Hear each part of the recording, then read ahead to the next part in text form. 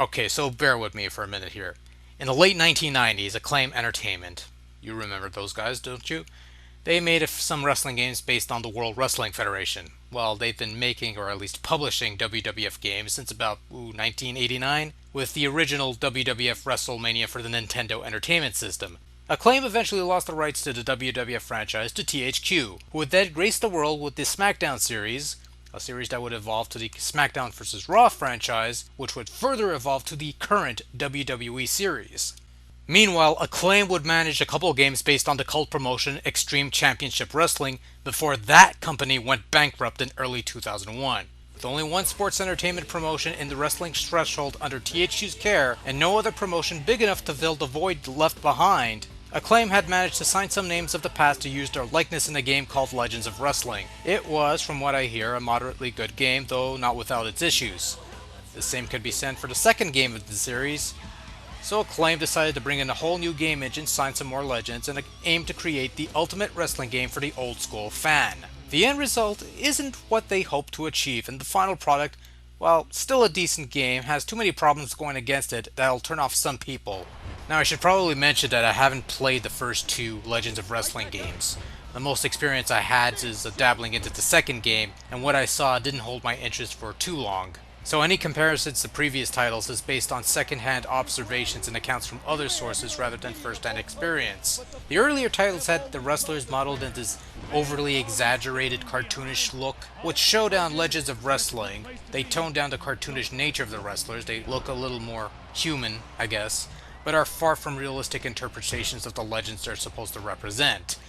Not that big of a deal, actually. They remotely look like who they're supposed to, so you could easily spot them and recognize them, so you could say that, yeah, that's Bret Hart, yeah, that's Superstar Billy Graham, yeah, that's the Ultimate Warrior, before he shaved his head or something. So in that sense, it's okay, I've really got no complaints. Presentation-wise, you have a nice, clean interface, with the menus being presented in the form of billboards and posters. A throwback to the old days, if you will, which is a nice touch. The arenas are rather nice to look at, vaguely looking like classic arena sets from past shows of other promotions. You could recognize the Omni, or you could recognize Madison Square Garden, or the Silver's Dome. They're all like familiar set pieces from past promotions. There are some clipping issues when it comes to some of the models, and some awkwardness issues that'll happen from time to time, but they don't detract from the gameplay all that much. Not that it needs to anyways, because there are other issues with the actual gameplay itself, but we'll get to that later. Showdown Legends of Wrestling features commentary provided in the game by the old WCW team of Tony Schiavone, Larry Zbyszko, and Bobby the Brain Heenan. Admittedly, the commentary featured here is somewhat better than the other flaky attempts in prior games in general, offering bits of historical footnotes concerning certain wrestlers, without mentioning promotion names because, well, we don't want to get sued or anything. But like all commentaries, eventually gets to the point where it's more tedious than informative. The generic music used for the entrance themes do a fairly good job of emulating the classic tunes without downright copying them to the point of getting sued, and the sound effects, grunts, and whatnots are crisp and clear. Good stuff, I say. That's really all I gotta say, really. So let's point out some of the features in Showdown.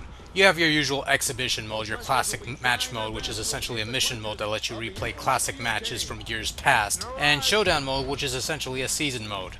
They don't offer much in terms of variety, but there are the usual match types such as cage matches, turmoil matches, battle royals. You could tweak the rules to your liking, so it's basic bare bones stuff, but it's all there for the most part. What Showdown does not have is unlockable content. That is to say, there's no need to play through the career mode or mission mode to unlock wrestlers or arenas or anything like that. Right from the start, when you play the game for the very first time, you'll immediately have well over 70 classic grapplers to get your hands on. From Hogan, to Savage, to Warrior, to Hart, to Hennig, to Kaufman, and the list goes on. And make no mistake, this is unquestionably a packed roster of talent, especially if you were big into wrestling back in the 1970s or 80s.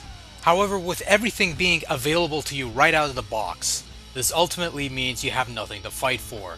No hidden features or options will be revealed after completing certain tasks or completing the career mode or the classic match mission modes. It doesn't really offer much reason to play in the long term other than the opportunity to play as wrestling legends that have no chance of making an appearance in any kind of future WWE video games.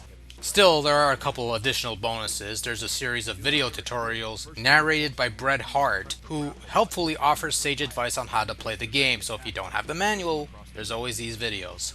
There's also a tribute video to the legends who have passed away, and a credits video which shows pictures of the game staff showing off their new lead designer. What, you didn't know Bret Hart made video games? You didn't see that video of him working on the WrestleMania arcade game? Shame, he wore a tie and all that, and stuff.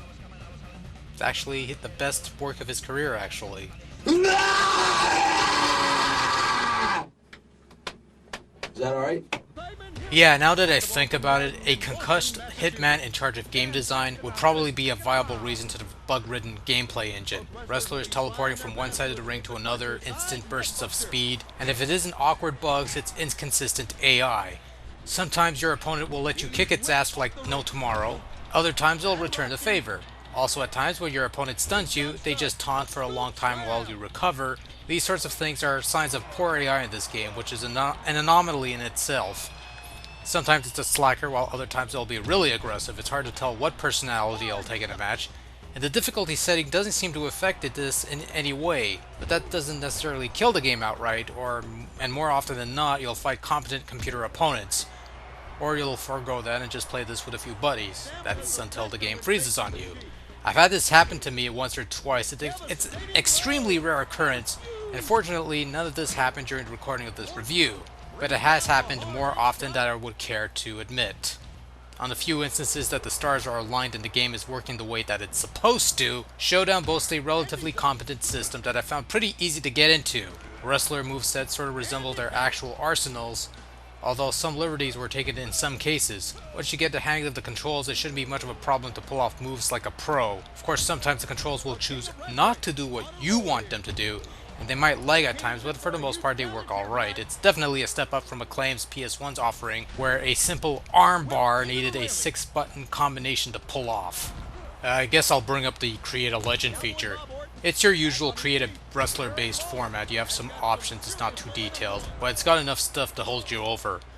Probably the best part is that you could actually assign first names and last names to create a created legend, and the name will actually be used in ring introductions and commentaries. You can even put together some familiar names that are not in the game and are associated with other promotions. So while you cannot get Stone Cold in the game, you can still get Steve Austin, or at least an unreasonable clone posing as Steve Austin. You can actually have fun with this alone, and it's far more diverse than the modern day SmackDown vs. Raw, where you have to choose from a list of names different from the name you've given your superstar in making. That's something that I gotta bring back for the current games actually. That's kind of a nice feature. When it comes to Showdown Legends of Wrestling, it becomes really difficult to determine whether it's really worth the effort in tracking down.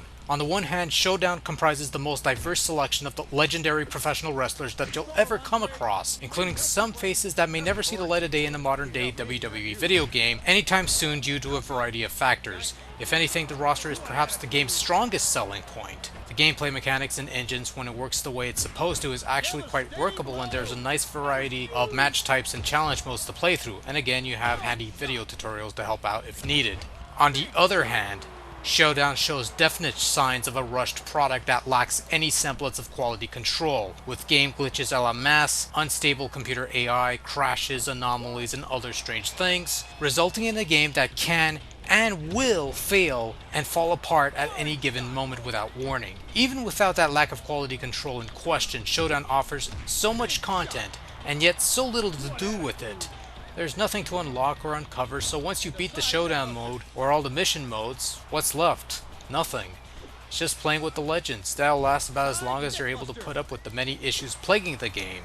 Even with the bugs, I don't think Showdown's a terrible game. It certainly could have used a bit more polish, a bit more quality control, but there's traces of a decent wrestling title there.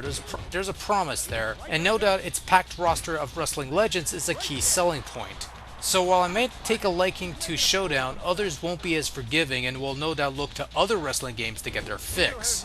Unfortunately, while PlayStation 2 owners had the solid WWE SmackDown series of games to fall back on, Xbox owners, original Xbox owners, either had to tough it out with the 2 WWE Raw games or WrestleMania 21, neither of which are inspired alternatives. Ultimately, at the end of the day, I can only mildly recommend this game to the hardcore wrestling gaming fan of years past who want an opportunity to play with the most diverse roster of wrestling legends ever compiled, and only if you can find a copy of the game for a really, really low price. Otherwise, I would suggest checking elsewhere for your wrestling gaming needs.